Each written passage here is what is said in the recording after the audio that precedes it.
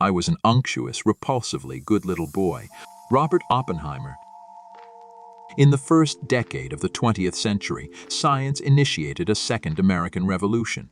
A nation on horseback was soon transformed by the internal combustion engine, manned flight, and a multitude of other inventions. These technological innovations quickly changed the lives of ordinary men and women, but simultaneously, an esoteric band of scientists was creating an even more fundamental revolution. Theoretical physicists across the globe were beginning to alter the way we understand space and time. Radioactivity was discovered in 1896 by the French physicist Henri Becquerel. Max Planck, Marie Curie, and Pierre Curie and others provided further insights into the nature of the atom. And then in 1905, Albert Einstein published his special theory of relativity. Suddenly, the universe appeared to have changed. Around the globe, scientists were soon to be celebrated as a new kind of hero, promising to usher in a renaissance of rationality, prosperity, and social meritocracy. In America, reform movements were challenging the old order. Theodore Roosevelt was using the bully pulpit of the White House to argue that good government, in alliance with science and applied technology, could forge an enlightened new progressive era. To this world of promise was born J. Robert Oppenheimer on April 22, 1904. He came from a family of first and second-generation German immigrants striving to be American.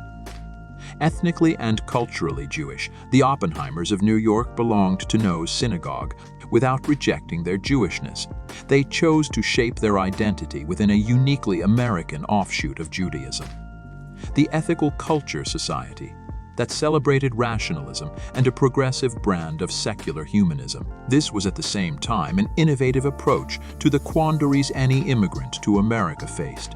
And yet for Robert Oppenheimer, it reinforced a lifelong ambivalence about his Jewish identity. As its name suggests, ethical culture was not a religion, but a way of life that promoted social justice over self-aggrandizement. It was no accident that the young boy who would become known as the father of the atomic era was reared in a culture that valued independent inquiry, empirical exploration, and the free-thinking mind. In short, the values of science. And yet, it was the irony of Robert Oppenheimer's odyssey that a life devoted to social justice, rationality, and science would become a metaphor for mass death beneath a mushroom cloud. Robert's father, Julius Oppenheimer, was born on May 12, 1871, in the German town of Hanau, just east of Frankfurt.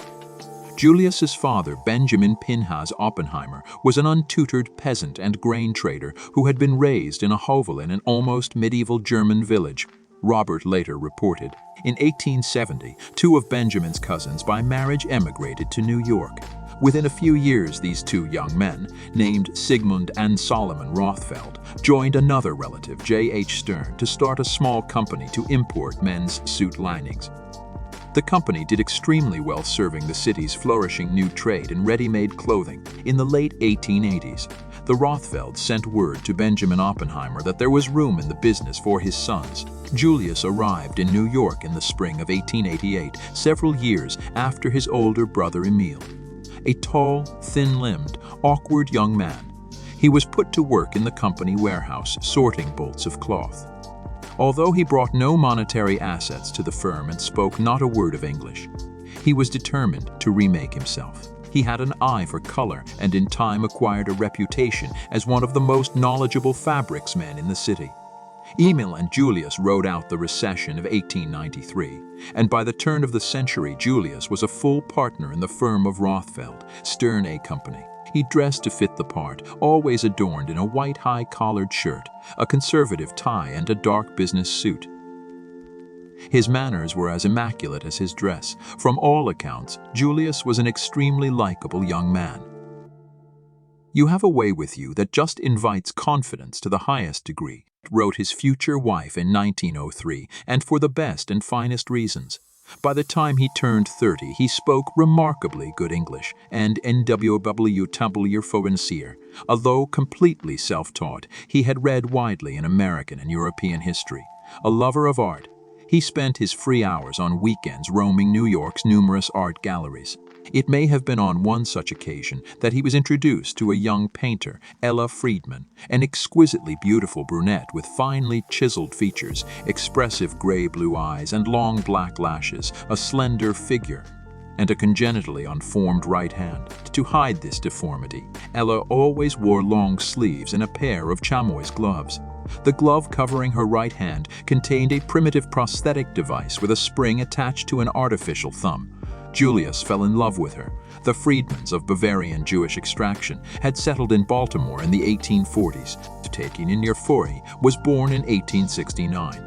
A family friend once described her as a gentle, exquisite, slim, tallish, blue-eyed woman, terribly sensitive, extremely polite. She was always thinking what would make people comfortable or happy. In her 20s, she spent a year in Paris studying the early Impressionist painters. Upon her return, she taught art at Barnard College. By the time she met Julius, she was an accomplished enough painter to have her own students and a private rooftop studio in a New York apartment building. All this was unusual enough for a woman at the turn of the century, but Ella was a powerful personality in many respects. Her formal, elegant demeanor struck some people upon first acquaintance as haughty coolness. Her drive and discipline in the studio and at home seemed excessive in a woman so blessed with material comforts. Julius worshipped her, and she returned his love. So on no more day, when just days before their marriage, Ella wrote to her fiancé, "I do so want you to be able to enjoy life in its best and fullest sense, and you will help me take care of you." To take care of someone whom one really loves has an indescribable sweetness of which a whole lifetime cannot rob me. Good night, dearest. On March 23, 1903, Julius and Ella were married and moved into a sharp gabled stone house at 250 West 94th Street. A year later, in the midst of the coldest spring on record, Ella, 34 years old, gave birth to a son after a difficult pregnancy. Julius had already settled on naming his firstborn Robert. But at the last moment, according to family lore, he decided to add a first initial J in front of Robert. Actually, the boy's birth certificate reads Julius Robert Oppenheimer, evidence that Julius had decided to name the boy after himself. This would be unremarkable, except that naming a baby after any living relative is contrary to European Jewish tradition. In any case, the boy would always be called Robert, and curiously, he in turn always insisted that his first initial stood for nothing at all. Apparently, Jewish traditions played no role in the Oppenheimer household. Sometime after Robert's arrival, Julius moved his family to a spacious 11th floor apartment at 155 Riverside Drive, overlooking the Hudson River at West 88th Street. The apartment, occupying an entire floor, was exquisitely decorated with fine European furniture. Over the years, the Oppenheimers also acquired a remarkable collection of French post-impressionist and Fauvist paintings chosen by L.A. By the time Robert was a young man, the collection included a 1901 Blue Period painting by Pablo Picasso entitled Mother and Child, a Rembrandt etching, and paintings by Edouard Vuillard, André Derain, and Pierre-Auguste Renoir, 3 Vincent van Gogh paintings, Enclosed Field with Rising Sun Saint-Remy, 8-9 First Steps After Millet Saint-Enzar-Remy, 1889, and Portrait of Adlanerivo Avour-sur-Oise, 1890, dominated a living room wallpapered in gilded gold. Sometime later, they acquired a drawing by Paul Cézanne and a painting by Maurice de Vlaminck. A head by the French sculptor Charles Despio rounded out this exquisite collection. 2. Ella ran the household to exacting standards. Excellence and purpose was a constant refrain in young Robert's ears. 3 live-in maids kept the apartment spotless. Robert had a Catholic-Irish nursemaid named Nellie Connolly, and later, a French governess who taught him a little French. German, on the other hand, was not spoken at home. My mother didn't talk it well, Robert recalled, and my father didn't believe in talking it. Robert would learn German in school. The family would go for drives in the countryside in their Packard, driven by a gray uniformed chauffeur. When Robert was 11 or 12, Julius bought a substantial summer home at Bay Shore, Long Island, where Robert learned to sail. At the pier below the house, Julius moored a 40-foot sailing yacht christened the Lorelei, a luxurious craft outfitted with all the amenities. It was lovely on that bay, Robert's brother, Frank, would later recall fondly. It was 7 acres, NDM acres NIs, a big vegetable garden and lots of flowers. As a family friend later observed, Robert was doted on by his parents. And he had everything he wanted. You might say he was brought up in luxury. But despite this, none of his childhood friends thought him spoiled. He was extremely generous with money and material things, recalled Harold Chernis. He was not a spoiled child in any sense. By 1914, when World War I broke out in Europe, Julius Oppenheimer was a very prosperous businessman. His net worth certainly totaled more than several $100,000, which made him the equivalent of a multimillionaire in current dollars. By all accounts, the Oppenheimer marriage was a loving partnership, but Robert's friends were always struck by their contrasting personalities. He, Julia German Jewish, recalled Francis Ferguson, one of Robert's closest friends, extremely likable. I was surprised that Robert's mother had married him because he seemed such a hearty and laughing kind of person, but she was very fond of him and handled him beautifully. They were very fond of each other. It was an excellent marriage. Julius was a conversationalist and extrovert. He loved art and music and thought Beethoven's Eroica Symphony one of the great masterpieces. A family friend, the philosopher George Boas, later recalled that Julius had all the sensitiveness of both his sons. Boas thought him one of the kindest men I ever knew, but sometimes, to the embarrassment of his sons, Julius would burst out singing at the dinner table. He enjoyed a good argument. Ella, by contrast, sat quietly and never joined in the banter. She Entule was a very delicate person. Another friend of Robert's, the distinguished writer Paul Horgan, observed Annie, highly attenuated emotionally, and she always presided with a great delicacy and grace at the table and other events, but she was a mournful person. 4 years after Robert's birth, Ella bore another son, Louis Frank Oppenheimer, but the infant soon died, a victim of stenosis of the pylorus, a congenital obstruction of the opening from the stomach to the small intestine. In her grief, Ella thereafter always seemed physically more fragile. Because young Robert himself was frequently ill as a child, Ella became overly protective. Fearing germs, she kept Robert apart from other children. He was never allowed to buy food from street vendors, and instead of taking him to get a haircut in a barber shop, Ella had a barber come to the apartment. Respective by nature and never athletic, Robert spent his early childhood in the comfortable loneliness of his mother's nest on Riverside Drive. The relationship between mother and son was always intense. Ella encouraged Robert to paint. He did landscapes, but he gave it up when he went to college. Robert worshipped his mother, but Ella could be quietly demanding. This was a woman, recalled a family friend, who would never allow anything unpleasant to be mentioned at the table. Robert quickly sensed that his mother disapproved of the people in her husband's world of trade and commerce. Most of Julius's business colleagues, of course, were first-generation Jews, and Ella made it clear to her son that she felt ill at ease with their obtrusive manners. More than most boys, Robert grew up feeling torn between his mother's strict standards and his father's gregarious behavior. At times, he felt ashamed of his father's spontaneity, and at the same time he would feel guilty that he felt ashamed. Julius's articulate and sometimes noisy pride in Robert annoyed him greatly. Called a childhood friend. As an adult, Robert gave his friend and former teacher Herbert Smith a handsome engraving of the scene in Shakespeare's Coriolanus where the hero is unclasping his mother's hand and throwing her to the ground. Smith was sure that Robert was sending him a message, acknowledging how difficult it had been for him to separate from his own mother.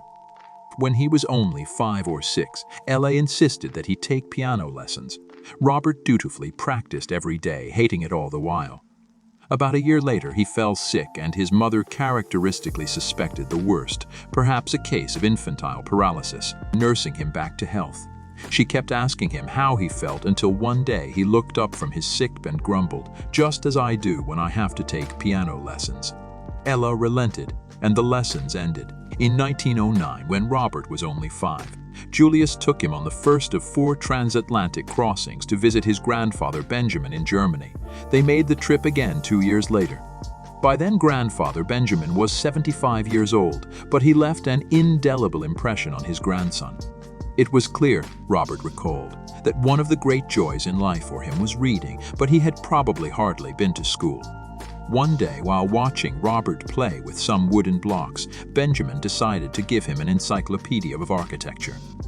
He also gave him a perfectly conventional collection consisting of a box with perhaps 24 rock samples labeled in German. From then on, Robert later recounted, "I became, in a completely childish way, an ardent mineral collector." Back home in New York, he persuaded his father to take him on rock hunting expeditions along the Palisades. Soon the apartment on Riverside Drive was crammed with Robert's rocks, each neatly labeled with its scientific name. Julius encouraged his son in this solitary hobby, plying him with books on the subject. Long afterward, Robert recounted that he had no interest in the geological origins of his rocks, but was fascinated by the structure of crystals and polarized light. From the ages of 7 through 12, Robert had 3 solitary but all-consuming passions: minerals, writing and reading poetry, and building with blocks. Later he would recall that he occupied his time with these activities not because they were something I had companionship in or because they had any relation to school, but just for the hell of it. By the age of 12, he was using the family typewriter to correspond with a number of well-known local geologists about the rock formations he had studied in Central Park. Not aware of his youth, one of these correspondents nominated Robert for membership in the New York Mineralogical Club, and soon thereafter a letter arrived inviting him to deliver a lecture before the club. Dreading the thought of having to talk to an audience of adults, Robert begged his father to explain that they had invited a 12-year-old. Greatly amused, Julius encouraged his son to accept this honor. On the designated evening, Robert showed up at the club with his parents, who proudly introduced their son as J. Robert Oppenheimer. The startled audience of geologists and amateur rock collectors burst out laughing when he stepped up to the podium.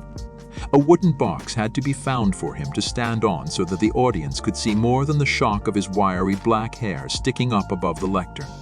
And awkward, Robert nevertheless read his prepared remarks and was given a hearty round of applause. Julius had no qualms about encouraging his son in these adult pursuits. He and Ella knew they had a genius on their hands. They adored him, worried about him, and protected him, recalled Robert's cousin Babbitt Oppenheimer. He was given every opportunity to develop along the lines of his own inclinations and at his own rate of speed. One day, Julius gave Robert a professional quality microscope, which quickly became the boy's favorite toy. "I think that my father was one of the most tolerant and human of men," Robert would remark in later years. His idea of what to do for people was to let them find out what they wanted. For Robert, there was no doubt about what he wanted. From an early age, he lived within the world of books and science. "He was a dreamer," said Babbitt Oppenheimer, "and not interested in the rough and tumble life of his age group. He was often teased and ridiculed for not being like other fellows. As he grew older, even his mother on occasion worried about her son's limited interest in play and children his own age. I know she kept trying to get me to be more like other boys, but with indifferent success." Tools. In 1912, when Robert was 8 years old, Ella gave birth to another son, Frank Friedman Oppenheimer, and thereafter much of her attention shifted to the new baby. At some point, Ella's mother moved into the Riverside apartment and lived with the family until she died when Frank was a young teenager. The 8 years separating the boys left few opportunities for sibling rivalry.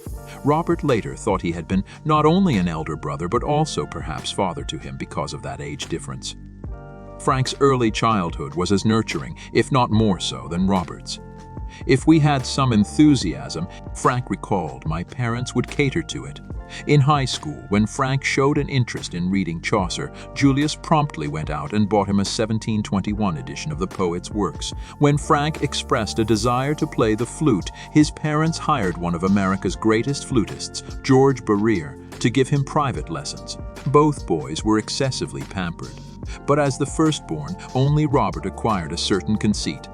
"I repaid my parents' confidence in me by developing an unpleasant ego," Robert later confessed, "which I am sure must have affronted both children and adults who were unfortunate enough to come into contact with me." In September 1911, soon after returning from his second visit to grandfather Benjamin in Germany, Robert was enrolled in a unique private school. Years earlier, Julius had become an active member of the Ethical Culture Society. He and Ella had been married by Dr. Felix Adler, the society's leader and founder, and beginning in 1907, Julius served as a trustee of the society. There was no question but that his sons would receive their primary and secondary education at the society's school on Central Park West. The school's motto was Deed, not Creed, founded in 1876.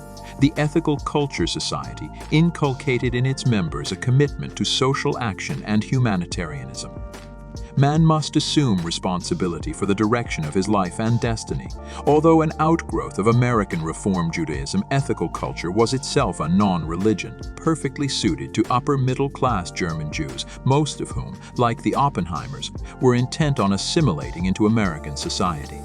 Felix Adler and his coterie of talented teachers promoted this process and would have a powerful influence in the molding of Robert Oppenheimer's psyche, both emotionally and intellectually. The son of Rabbi Samuel Adler, Felix Adler had, with his family, emigrated to New York from Germany in 1857 when he was only 6 years old. His father, a leader of the Reform Judaism movement in Germany, had come to head Temple Emmanuel, the largest Reform congregation in America. Felix might easily have succeeded his father. But as a young man, he returned to Germany for his university studies, and there he was exposed to radical new notions about the universality of God and man's responsibilities to society. He read Charles Darwin, Karl Marx, and a host of German philosophers, including Felix Wellhausen, who rejected the traditional belief in the Torah as divinely inspired. Adler returned to his father's Temple Emmanuel in 1873 and preached a sermon on what he called the Judaism of the future, to survive in the modern age. The younger Adler argued Judaism must renounce its narrow spirit of exclusion. Instead of defining themselves by their biblical identity as the chosen people, Jews should distinguish themselves by their social concern and their deeds on behalf of the laboring classes. Within 3 years, Adler led some 400 congregants of Temple Emmanuel out of the established Jewish community. With the financial support of Joseph Seligman and other wealthy Jewish businessmen of German origin, he founded a new movement that he called ethical culture. Meetings were held on Sunday mornings, at which Adler lectured. Organ music was played, but there were no prayers and no other religious ceremonies. Beginning in 1910, when Robert was 6 years old, the society assembled in a handsome meeting house at 2 West 64th Street. Julius Oppenheimer attended the dedication ceremonies for the new building in 1910. The auditorium featured hand-carved oak paneling, beautiful stained glass windows, and a Wicks pipe organ in the balcony. Distinguished speakers like UTA B. Du Bois and Booker T. Washington, among many other prominent public personalities, were welcomed in this ornate auditorium. Ethical culture was a reformist Judaic sect, but the seeds of this particular movement had clearly been planted by elite efforts to reform and integrate upper-class Jews into German society in the 19th century. Adler's radical notions of Jewish identity struck a popular chord among wealthy Jewish businessmen. In New York, precisely because these men were grappling with a rising tide of anti-Semitism in 19th century American life. Organized institutional discrimination against Jews was a relatively recent phenomenon. Since the American Revolution, when deists like Thomas Jefferson had insisted on a radical separation of organized religion from the state, American Jews had experienced a sense of tolerance. But after the stock market crash of 1873, the atmosphere in New York began to change. Then, in the summer of 1877, the Jewish community was scandalized when Joseph Seligman, the wealthiest and most prominent Jew of German origin in New York, was rudely turned away as a Jew from the Grand Union Hotel in Saratoga, New York. Over the next few years, the doors of other elite institutions, not only hotels but social clubs and preparatory private schools, suddenly slammed shut against Jewish membership. Thus, by the end of the 1870s, Felix Adler's Ethical Culture Society provided New York Jewish society with a timely vehicle for dealing with this mounting bigotry. Philosophically, ethical culture was as deist and republican as the Founding Fathers' revolutionary principles. If the Revolution of 1776 had brought with it an emancipation of American Jews, Well, an apt response to nativist Christian bigotry was to become more American, more Republican than the Americans. These Jews would take the next step to assimilation, but they would do it, so to speak, as Dietrich. In Adler's view, the notion of Jews as a nation was an anachronism. Soon he began creating the institutional structures that would make it practical for his adherents to lead their lives as emancipated Jews. Adler insisted that the answer to anti-Semitism was the global spread of intellectual culture. Interestingly, Adler criticized Zionism as a withdrawal into Jewish particularism. Zionism itself is a present-day instance of the segregating tendency. For Adler, the future for Jews lay in America, not Palestine. I fix my gaze steadfastly on the glimmering of a fresh morning that shines over the Alleghenies and the Rockies, not on the evening glow, however tenderly beautiful, that broods and lingers over the Jerusalem hills. To transform his Weltanschauung into reality, Adler founded in 1880 a tuition-free school for the sons and daughters of laborers called the Working Man's School. In addition to the usual subjects of arithmetic, reading, and history, Adler insisted that his students should be exposed to art, drama, dance, and some kind of training in a technical skill likely to be of use in a society undergoing rapid industrialization. Every child, he believed, had some particular talent. Those who had no talent for mathematics might possess extraordinary artistic gifts to make things with their hands. For Adler, this insight was the ethical seed, and the thing to do is to cultivate these various talents.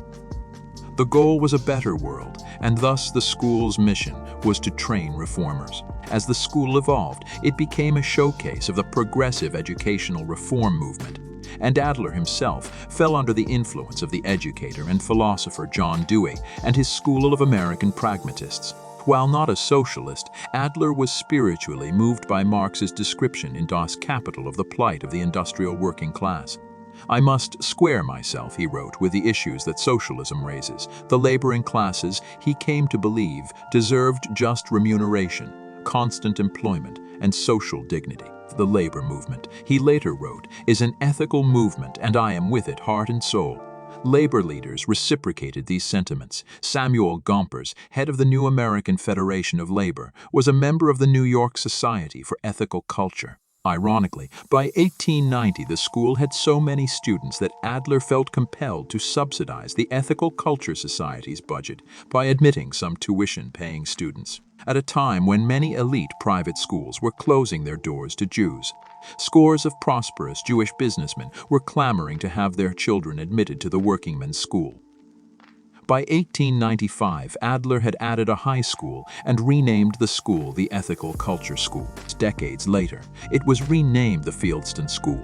By the time Robert Oppenheimer enrolled in 1911, only about 10% of the student body came from a working-class background. But the school nevertheless retained its liberal, socially responsible outlook. So these sons and daughters of the relatively prosperous patrons of the Ethical Culture Society were infused with the notion that they were being groomed to reform the world, that they were the vanguard of a highly modern ethical gospel. Robert was a star student. Needless to say, Robert's adult, political sensibilities can easily be traced to the progressive education he received at Felix Adler's remarkable school.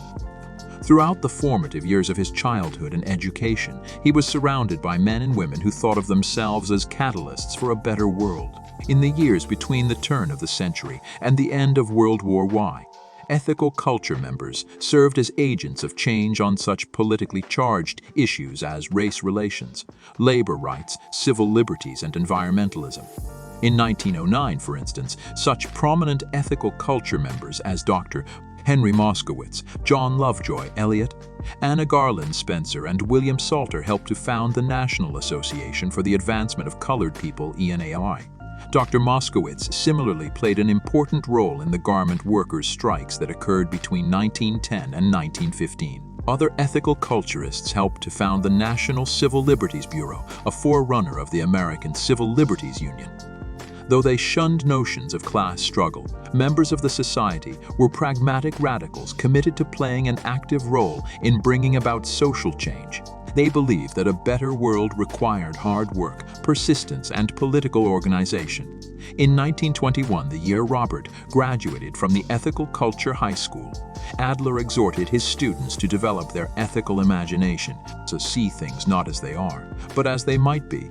3-year Robert was fully aware of Adler's influence, not only on himself but on his father, and he was not above teasing Julius about it. At 17, he wrote a poem on the occasion of his father's 50th birthday that included the line, "And after he came to America, he swallowed Dr. Adler like morality compressed."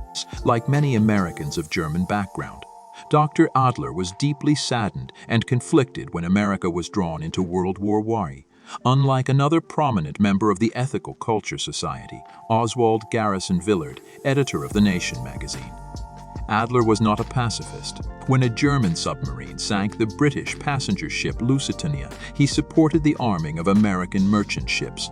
While he opposed American entry into the conflict, when the Wilson administration declared war in April 1917, Adler urged his congregation to give its undivided allegiance to America. At the same time, he declared that he could not label Germany the only guilty party. As a critic of the German monarchy at the war's end, he welcomed the downfall of imperial rule and the collapse of the Austro-Hungarian Empire. But as a fierce anti-colonialist, he openly deplored the hypocrisy of a victor's peace that appeared only to strengthen the British and French empires. Naturally, his critics accused him of pro-German sentiments. As a trustee of the society and as a man who deeply admired Dr. Adler, Julius Oppenheimer likewise felt conflicted about the European war and his identity as a German American. But there is no evidence of how young Robert felt about the conflict. His teacher at school in ethical studies, however, was John Lovejoy Eliot, who remained a fierce critic of American entry into the war. Born in 1868 to an Illinois family of abolitionists and freethinkers, Eliot became a beloved figure in the progressive humanist movement of New York City. A tall, affectionate man, Eliot was the pragmatist who put into practice Adler's ethical culture principles. He built one of the country's most successful settlement houses, the Hudson Guild, in New York's poverty-stricken Chelsea district. A lifelong trustee of the Alceo, Eliot was politically and personally fearless. When 2 Austrian leaders of the Ethical Culture Society in Vienna were arrested by Hitler's Gestapo in 1938, Eliot, at the age of 70, went to Berlin and spent several months negotiating with the Gestapo for their release.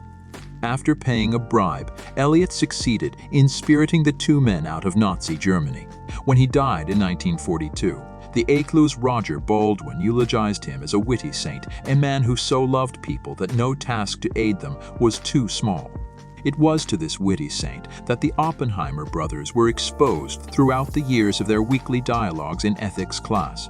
Years later, when they were young men, Eliot wrote their father, "I did not know how close I could get to your boys. Along with you, I am glad and grateful for them." Eliot taught ethics in a Socratic-style seminar where students discussed specific social and political issues. Education in Life Problems was a required course for all of the high school students. Often he would pose a personal moral dilemma for his students, such as asking them if they had a choice between a job teaching or a job that paid more working in Wrigley's chewing gum factory. Which would they choose? During Robert's years at the school, some of the topics vigorously debated included the Negro problem, the ethics of war and peace, economic inequality, and understanding sex relations. In his senior year, Robert was exposed to an extended discussion on the role of the state. The curriculum included a short catechism of political ethics, including the ethics of loyalty and treason. It was an extraordinary education in social relations and world affairs, an education that planted deep roots in Robert's psyche, and one that would produce a bountiful harvest in the decades to come. "I was an unctuous, repulsively good little boy," Robert remembered. "My life as a child did not prepare me for the fact that the world is full of cruel and bitter things." His sheltered home life had offered him no normal, healthy way to be a bastard, but it had created an inner toughness, even a physical stoicism, that Robert himself may not have recognized. Anxious to get him out of doors and among boys his own age, Julius decided to send Robert at the age of 14 to a summer camp. For most of the other boys there, Camp Koenig was a mountain paradise of fun and camaraderie. For Robert, it was an ordeal. Everything about him made him a target for the cruelties young adolescents delight in inflicting on those who are shy, sensitive, or different. The other boys soon began calling him cutie and teased him mercilessly.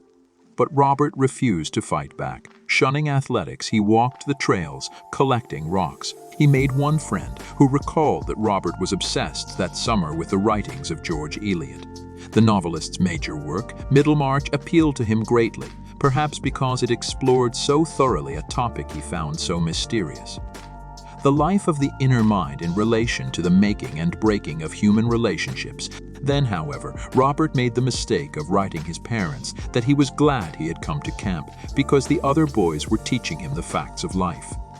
This prompted a quick visit by the Oppenheimers, and subsequently, the camp director announced a crackdown on the telling of salacious stories. Inevitably, Robert was fingered for tattling, and so one night he was carried off to the camp icehouse, stripped and knocked about. As a final humiliation, the boys doused his buttocks and genitals with green paint. Robert was then left naked and locked inside the icehouse for the night. His one friend later said of this incident that Robert had been tortured. Robert suffered this gross degradation in stoic silence. He neither left the camp nor complained. "I don't know how Robert stuck out those remaining weeks," said his friend. "Not many boys would have or could have, but Robert did. It must have been hell for him." As his friends often discovered, Robert's seemingly brittle and delicate shell actually disguised a stoic personality built of stubborn pride and determination, a characteristic that would reappear throughout his life. Back in school, Robert's highbrow personality was nurtured by the ethical culture school's attentive teachers, all of whom had been carefully selected by Dr. Adler as models of the progressive education movement. When Robert's math teacher, Matilda Auerbach, noticed that he was bored and restless, she sent him to the library to do independent work, and later he was allowed to explain to his fellow students what he had learned. His Greek and Latin instructor, Alberta Newton, recalled that he was a delight to teach. He received every new idea as perfectly beautiful. He read Plato and Homer in Greek and Caesar, Virgil and Horace in Latin. Robert always excelled. As early as 3rd grade, he was doing laboratory experiments, and by the time he was 10 years old, in 5th grade, he was studying physics and chemistry. So clearly eager was Robert to study the sciences that the curator at the American Museum of Natural History agreed to tutor him. As he had skipped several grades, everyone regarded him as precocious and sometimes too precious. When he was 9, he was once overheard telling an older girl cousin, "Ask me a question in Latin and I will answer you in Greek." Sure, Robert's peers thought him distant at times. "We were thrown together a lot," said a childhood acquaintance, "and yet we were never close." He was usually preoccupied with whatever he was doing or thinking. Another classmate recalled him sitting laconically in class, exactly as though he wasn't getting enough to eat or drink. Some of his peers thought him rather gauche. He didn't really know how to get along with other children. Robert himself was painfully aware of the costs of knowing so much more than his classmates. "It's no fun," he once told a friend, "to turn the pages of a book and say, 'Yes, yes, of course, I know that.'" It's the Despister knew Robert well enough in their senior year to think of him as a special friend. She never thought of him as shy in the usual sense, only distant. He bore a certain hubris, she thought, of the kind that carries with it the seeds of its own destruction. Everything about Robert's personality, from his abrupt, jerky way of walking to such little things as the making of a salad dressing, displayed, she thought, a great need to declare his preeminence throughout his high school years. Robert's homeroom teacher was Herbert Winslow Smith, who had joined the English department in 1917 after receiving his master's degree from Harvard. A man of remarkable intellect, Smith was well on his way to obtaining a doctorate when he was recruited to teach. He was so taken by his initial experience at ethical culture that he never went back to Cambridge. Smith would spend his entire career at ethical culture, eventually becoming the school's principal. Barrel-chested and athletic, he was a warm and gentle teacher who somehow always managed to find out what each student was most curious about and then related to the topic at hand. After his lectures, students invariably could be found lingering around his desk, trying to squeeze a little more conversation out of their teacher. Though Robert's first passion was clearly science, Smith stoked his literary interests. He thought Robert already had a magnificent prose style. Once, after Robert wrote an entertaining essay on oxygen, Smith suggested, "I think your vocation is to be a science writer." Smith would become Robert's friend and counselor. He was very, very kind to his students, Francis Ferguson recalled. He took on Robert and me and various other people, saw them through their troubles and advised them what to do next. Robert had his breakthrough year as a junior when he took a course in physics with Augustus Clock. "He was marvelous," Robert said. "I got so excited after the first year. I arranged to spend the summer working with him, setting up equipment for the following year, when I would then take chemistry. We must have spent 5 days a week together. Once in a while, we would even go off on a mineral hunting junket as a reward. He began to experiment with electrolytes and conduction. I loved chemistry so deeply. I compared to physics. It starts right in the heart of things, and very soon you have that connection between what you see and a really very sweeping set of ideas, which could exist in physics but is very much less likely to be accessible." Robert would always feel indebted to Clock for having set him on the road to science. He loved the bumpy, contingent nature of the way in which you actually find out something, and he loved the excitement that he could stir up in young people. Even 50 years later, Jane Didisheim's memories of Robert were particularly vivid. "He blushed extraordinarily easily," she recalled. "He seemed very frail, very pink-cheeked, very shy, and very brilliant, of course. Very quickly, everybody admitted that he was different from all the others and superior. As far as studies were concerned, he was good in everything. The sheltered atmosphere of the ethical culture school was ideal for an unusually awkward adolescent polymath. It allowed Robert to shine when and where he wished, and protected him from those social challenges with which he was not yet prepared to cope. And yet this same cocoon of security offered by the school may help to explain his prolonged adolescence. He was permitted to remain a child and allowed to grow gradually out of his immaturity rather than being wrenched abruptly from it. At 16 or 17, he had only one real friend, Francis Ferguson, a scholarship boy from New Mexico who became his classmate during their senior year. By the time Ferguson met him in the fall of 1919, Robert was just coasting.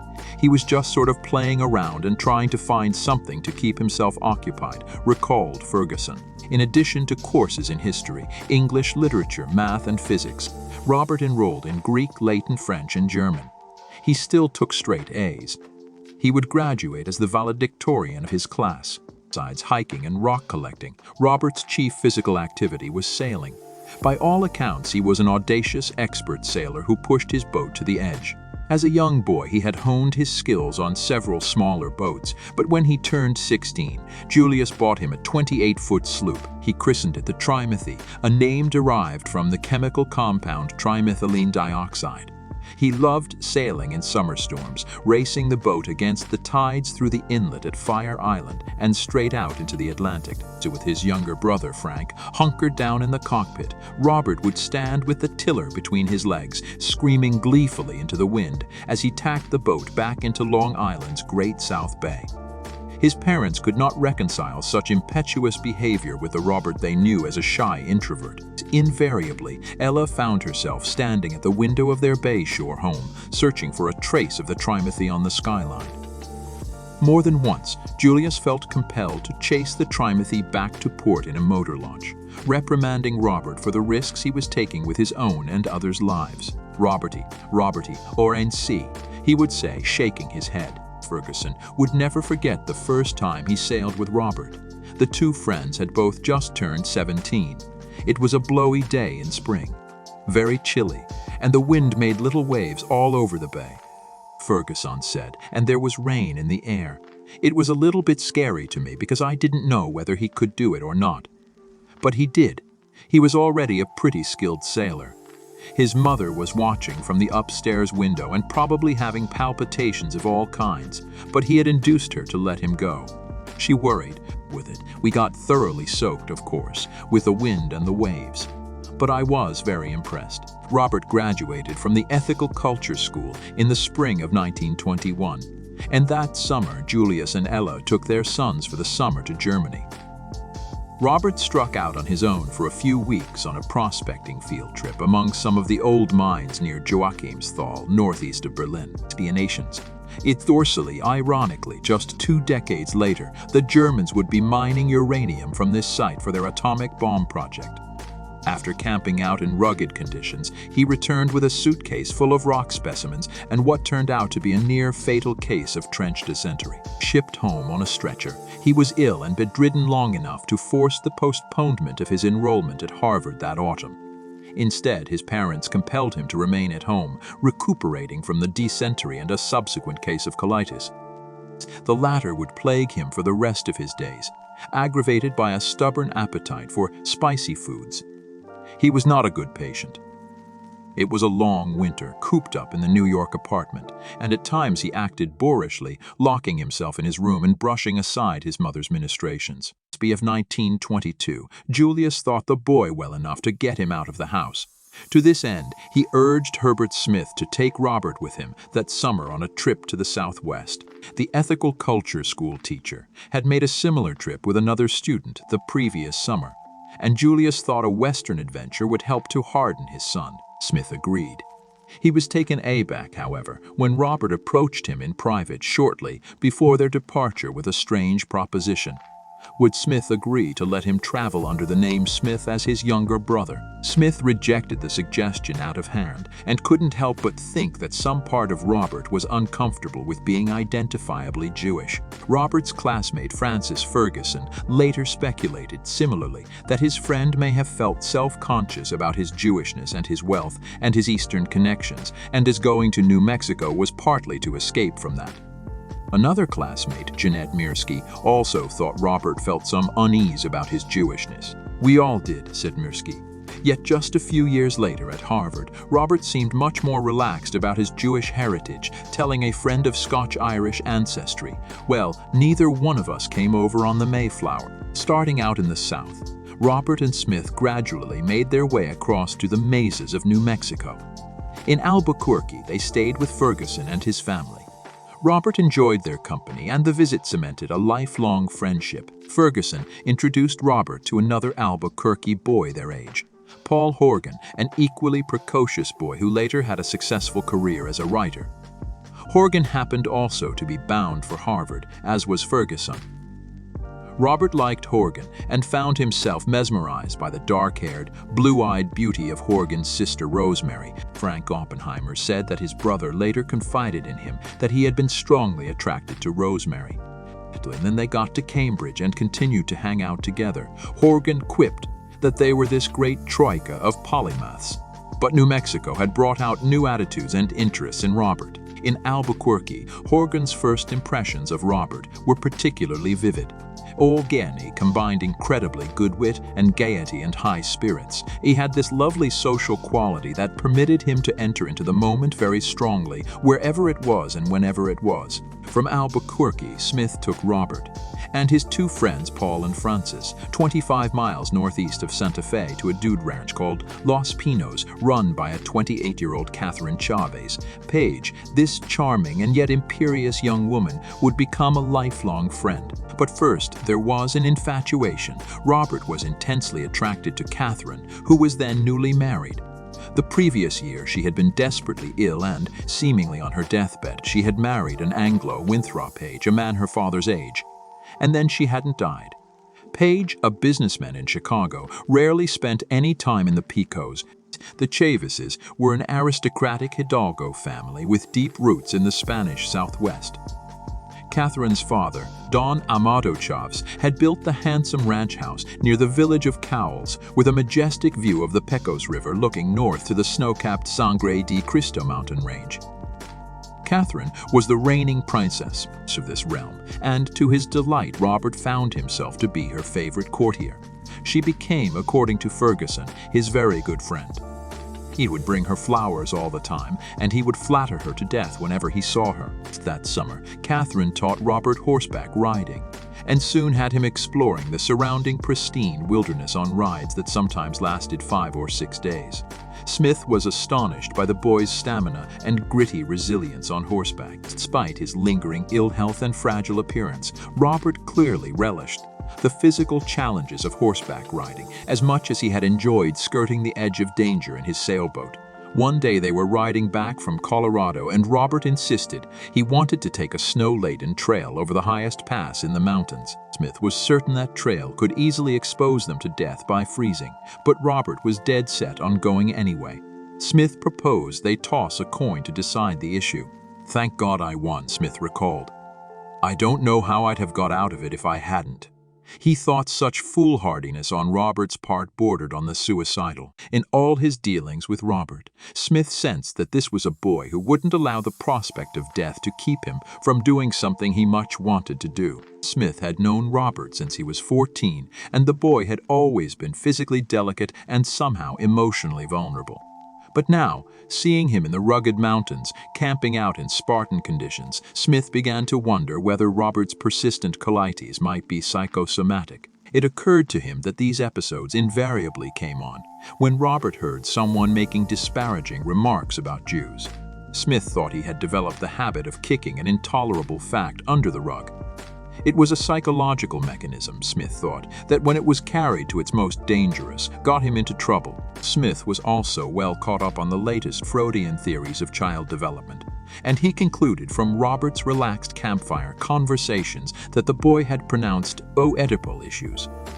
"I never heard a murmur of criticism on Robert's part of his mother," Smith recalled. He was certainly critical enough. As an adult, Robert clearly loved his father, deferred to him, and indeed, until his father's death, went to extraordinary lengths to accommodate him, introduce him to his friends, and generally make room for him in his life. But Smith sensed that, as a particularly shy and sensitive child, Robert was profoundly mortified by his father's sometimes maladroit affability. Robert told Smith one night around the campfire about the ice house incident at Camp Koenig, which of course had been prompted by his father's overreaction to his letter home about the sex talk at camp. As an adolescent, he had become increasingly self-conscious about his father's garment business, which he no doubt saw as a traditional Jewish trade. Smith later recalled that once on that 1922 Western trip, he had turned to Robert as they were packing up and asked him to fold a jacket for his suitcase. "He looked at me sharply," Smith recalled, and said, "Oh yes. The tailor's son would know how to do that, wouldn't he?" Such outbursts aside, Smith thought Robert grew emotionally in stature and confidence during their time together on the Los Pinos ranch. He knew Catherine Page could take a great deal of credit for this. Her friendship was extremely important to Robert. The fact that Catherine and her aristocratic Hidalgo friends could accept this insecure New York Jewish boy in their midst was somehow a watershed event in Robert's inner life. To be sure, he knew he was accepted inside the forgiving womb of the ethical culture community in New York, but here was approbation from people he liked outside his own world. For the first time in his life, Smith thought, Robert found himself loved, admired, sought after. It was a feeling Robert cherished, and in the years ahead he would learn to cultivate the social skills required to call up such admiration on demand. One day he, Catherine, and a few others from Los Pinos took pack horses out, and starting from the village of Fray Joel's west of the Rio Grande, they rode south and ascended the pejorative Little Bird Plateau, which rises to a height of over 10,000 feet. They rode through the Valle Grande, a canyon inside the Jemez Caldera, a bowl-shaped volcanic crater 12 miles wide. Turning northeast, they then rode 4 miles and came upon another canyon, which took its Spanish name from the cottonwood trees that bordered a stream trickling through the valley. Los Alamos. At the time, the only human habitation for many miles consisted of a Spartan boys' school, the Los Alamos Ranch School. Los Alamos, the physicist Emilio Segre would later write when he saw it, was beautiful and savage country. Patches of grazing meadows broke up dense pine and juniper forests. The ranch school stood atop a 2-mile-long mesa bounded on the north and south by steep canyons. When Robert first visited the school in 1922, there were only some 25 boys enrolled, most of them the sons of newly affluent Detroit automobile manufacturers. They wore shorts throughout the year and slept on unheated sleeping porches. Each boy was responsible for tending a horse, and pack trips into the nearby Jemez Mountains were frequent.